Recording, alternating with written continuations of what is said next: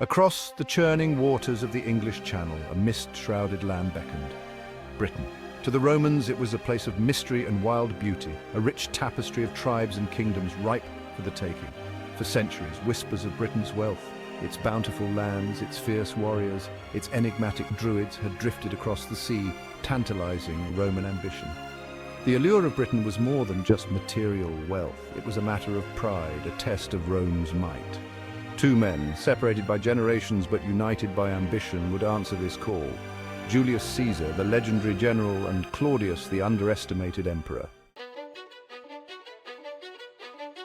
In 55 BC, Caesar, fresh from his Gallic triumphs, set his sights on Britain. His motives were clear: to secure his northern flank, to gather plunder and slaves, and to add to his burgeoning legend. Landing on the shores of Kent, he encountered fierce resistance from the native Britons, their war chariots thundering across the battlefield.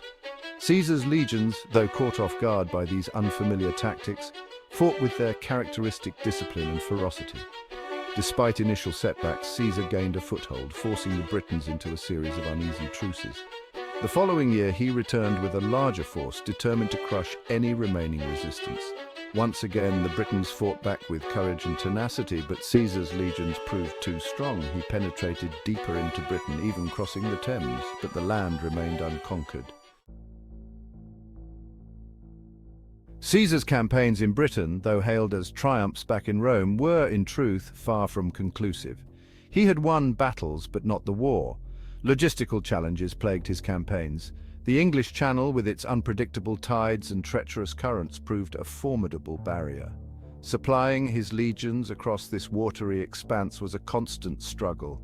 Moreover, Caesar underestimated the resilience and fighting prowess of the Britons. Their guerrilla tactics and knowledge of the terrain proved a constant thorn in his side. Events back in Rome forced Caesar's hand, leaving the door open for a future emperor to finish what he had started. Nearly a century after Caesar's expeditions, the Roman gaze once again turned towards Britain. The Emperor Claudius, often dismissed as weak and indecisive, saw an opportunity to secure his own legacy. In AD 43, he unleashed the full might of the Roman war machine upon the unsuspecting Britons. 4 legions, spearheaded by seasoned generals, landed on the southern coast, their objective clear total conquest. Claudius envisioned a Roman Britain, a province fully integrated into the empire. He exploited existing divisions among the British tribes, forging alliances with some while crushing the resistance of others. His legions, equipped with superior weaponry and tactics, systematically subdued the land, pushing ever northward. The Roman invasion under Claudius was a far cry from Caesar's lightning raids. This was a carefully planned and executed campaign of conquest, designed to bring Britain permanently under Roman rule. Claudius understood that true victory lay not just in military dominance, but in reshaping the very fabric of British society. Roman engineers and architects followed in the wake of the legions, constructing roads, forts, and cities, laying the foundations for a Romanized Britain. The Britons, facing the full might of Rome, fought bravely but ultimately in vain. Their fragmented kingdoms, lacking the cohesion and discipline of the Roman legions, crumbled one by one. Within a few short years, Claudius had achieved what had eluded Caesar: the conquest of southern Britain.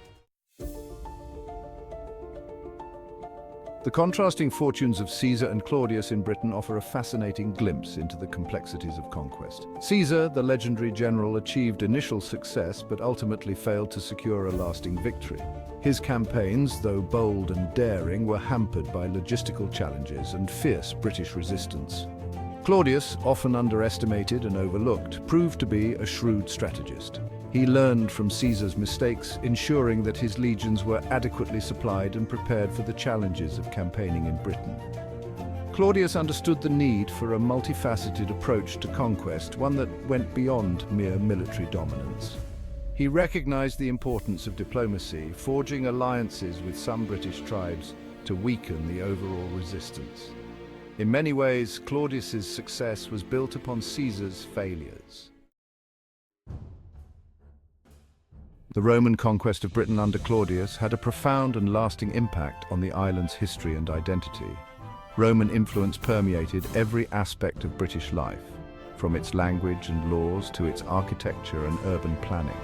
The introduction of Roman engineering and infrastructure, most notably their extensive road network, transformed Britain's landscape and facilitated trade and communication. Roman towns and cities such as Londinium, London, and Eboracum, York, became centers of commerce and culture. The legacy of Rome is etched into the very fabric of Britain. The conquest, though achieved through bloodshed and subjugation, ultimately paved the way for a new era of prosperity and cultural exchange. It connected Britain to the wider Roman world, exposing it to new ideas, technologies, and beliefs.